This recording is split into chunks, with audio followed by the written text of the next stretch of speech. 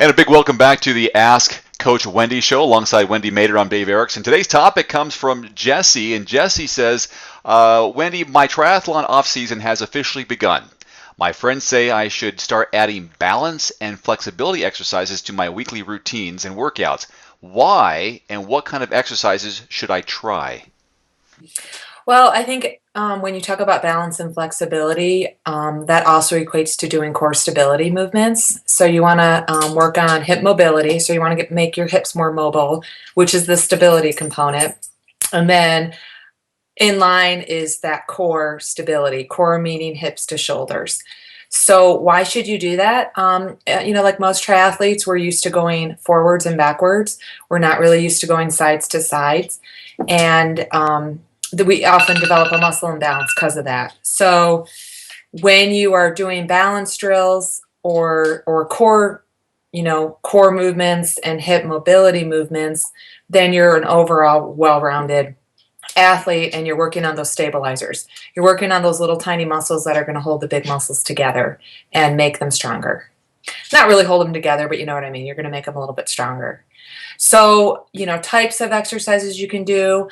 I mean, really just balancing on one leg, close your eyes, and then progress to that, balance on a ball, like a Bosu ball, one of those half domes, and then you can progress from that half dome and actually balance on a stability ball. I can't stand on a stability ball, but I can definitely just go on one, straddle one with my knees, and I'm working on my balance that way, working on my hips, working on my core. So anything you do with a balance ball or stability ball is going to engage the core and work on balance. Well, that's an all-in-one type of device you can use, whether it's a full ball or the half dome ball. You Right. can also do it with in a push-up position. Right. Just going in a plank. If you turn that blue dome over and then you hold on to it with the dome side facing down, you're kind of working on movements like that in a plank position, which is also going to get your core area And a lot of these as well core, as your hips. and They a lot kind of of go this hand. has to do with like maybe even your balance in the water or your position on the bike to avoid fatigue, right?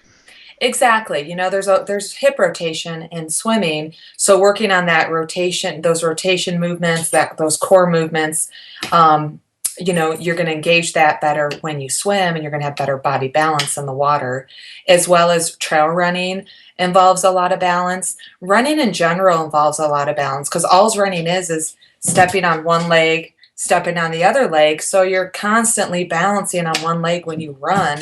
So of course you should work on that. Strengthen your ankles and calves as well. How about the injury prevention method behind all of this?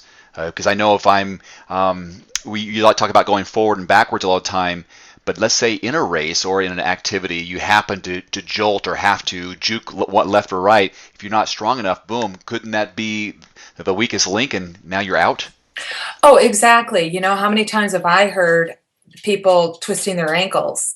Just because, or they're playing a game. You're in your off season. You want to go play a game of basketball or go play a game of football or something like that. You're not used to doing. If you're weak, then jolting and moving for that ball, you could easily be injured and you could be out of your sport because you're doing a game sport that you're not accustomed to doing. So for just an athlete in general, core strength training to me means injury prevention. They I go can hand in think hand. I can think about that even like if I were to play basketball in the off season, my knees and joints aren't prepared for that because all I've done is go in a straight line the last 6 to 8 months. Exactly. I can go hike. I can go do, a 10-hour event like an Ironman and then go for a 2-hour hike up and down a mountain. And I'm so sore because I'm using muscles that I don't use when I swim, bike, and run.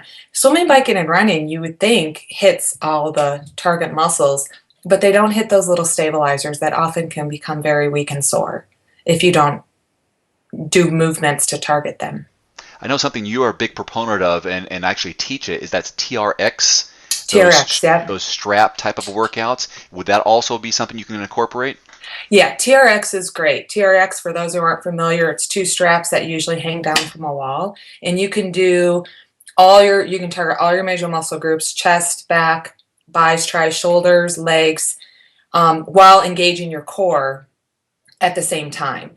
So all the movements that you can do on a TRX, you're always focused on that core engagement. So I think that's a very functional way to create that injury prevention and core hip program that we're talking about. If you have a question for Wendy, use the hashtag AskCoachWendy on Twitter, Facebook, or YouTube. Wendy, great stuff. Thanks a lot. Thanks.